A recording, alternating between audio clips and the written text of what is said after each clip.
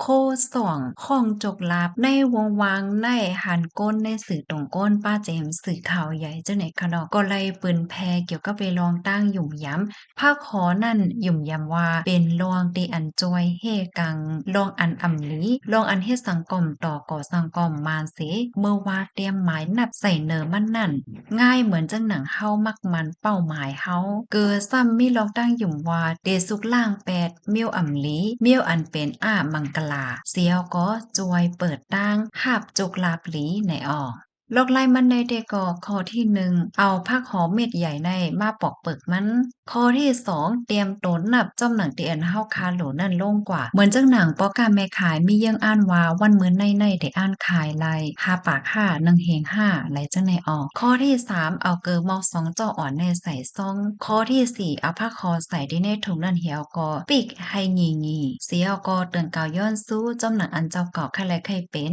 หนังกึ่งงามข้อที่ห้าเอาใส่ไว้ที่ในโถงเงินอำนันโถงป้าอันเจ้าเก่าจะอยู่ตาเสนั่นใส่ไว้เฮ็ดจังในมอก3 ถึง 5 วันยอกอจังกวยเปลี่ยนเที่ยงในค่ะอ้อข้อมูลในคาลิปีมาที่ห้องการข่าวไทยรัฐต่างไว้ค่ะในเด็กก็เป็นรองตั้งหยุ่มยำก้อยค่ะปอยหยุ่มก็มันย้ำสั่งว่าให้จำเฮ็ดด้วยก็อำจะเลยว่าสิเงินสังเนาะเพราะว่าอำหยุ่มอำเฮ็ดอำหังก็มันเป็นสังเนี่ยค่ะในเด็กก็เอามาสืบเป็นแพร่ในปันปิดห้องค่ะก้อยเนี่ยค่ะอ้อสังหันถึงว่ามีพ่อหลีก็จอยกันสืบเป็นแพร่แช่กว่าเซกัมค่ะ